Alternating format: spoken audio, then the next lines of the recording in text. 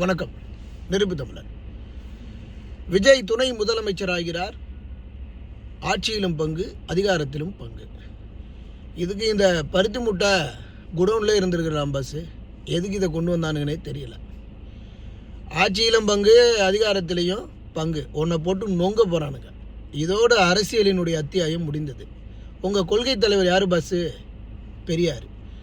உங்கள் கொள்கை தலைவர் பெரியாருக்கும் பாஜகவுக்கும் என்ன சம்பந்தம்? ஏதாவது ஒட்டு உறவு இருக்குதா?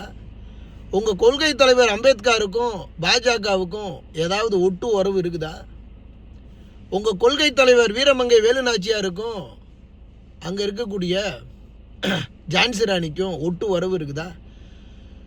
இந்த உலகத்தினுடைய முதல் பெண்மங்கை போராளியாக திகழ்ந்தவர் வீரமங்கை வேலுநாச்சியார். ஆனால் ஜான்சி ராணியை தான் முதல்ல இந்தியா காட்டுச்சு, அடையாளப்படுத்துச்சு. 67 வருஷத்துக்கு முன்னாடியே அம்மையார் வீரமங்கை வேலுநாச்சியார் போராடி இருக்கிறாங்க. அதை கண்டுக்கலை. ஆனால் அவங்களுக்கு ஜான்சி ராணி தான் முக்கியம். இப்படி கொள்கை கோட்பாடு எதுலேயுமே ஒத்து வராது. ஆக மொத்தத்தில் உங்கள் கட்சியை ஒரு தற்கொலை கட்சின்னு சொன்னானுங்கள்ல, அதில் ஏதாவது தப்பு இருக்குதா? இப்போ தெரியுதா? உனக்கு ஒரு அரசியலுக்காக வியாபாரமும் பண்ணுவானுங்க, விபச்சாரமும் பண்ணுவானுங்கன்னு தெரியுதா?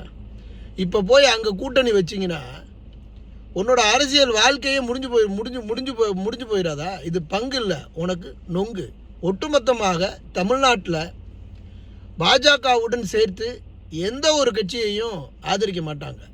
எந்த ஒரு கட்சியையும் உண்மையான உணர்வாளர்களோ சமூக சிந்தனையாளர்களோ ஆதரிக்கவே மாட்டாங்க. இன்னைக்கு வரைக்கும் திமுகவுக்கு ஏன் ஓட்டு போட்டுக்கிட்டு போய்கிட்டு இருக்கிறான்னா, பாஜகவோடு சேரக்கூடாது, பாஜகவை எதிர்த்து நிற்கிறாங்கன்ற ஒரு காரணம் தான். அதில் முன்னாடி பின்னாடி பல விடயங்கள் இருந்தாலும் நேருக்கு நேரம் நிற்கிறான் இல்லையா அப்படின்னு சொல்லிட்டு அது போவான். பின்னாடி அவங்க கூட்டணி வச்சுக்கிறாங்க, பேசிக்கிறாங்க, அது வேறு விஷயம். ஆனால் நீங்கள் கொள்கை எதிர்க்கு பாயாசத்தை கொடுத்துட்டு நீங்கள் போய் அப்பிட் ஆகிட்டீங்களே பாஸு. இப்போ இனிமேல் என்ன இருக்குது? இனிமேல் இதில் என்ன ஆட்சியில் இருக்குது? இப்போ அதிகாரத்தில் பங்கு இருக்க போகுது. வந்தால் தானே மொத்தமாக அரசியலை வியாபாரமாக்கி அதை விபச்சாரமாக்கி கொள்கையை பாவிகளா தற்கூரி கட்சி அப்படிங்கிறதுக்கு இதை விட ஒரு பெரிய உதாரணம் எதுவும் இருக்க போவது இல்லை.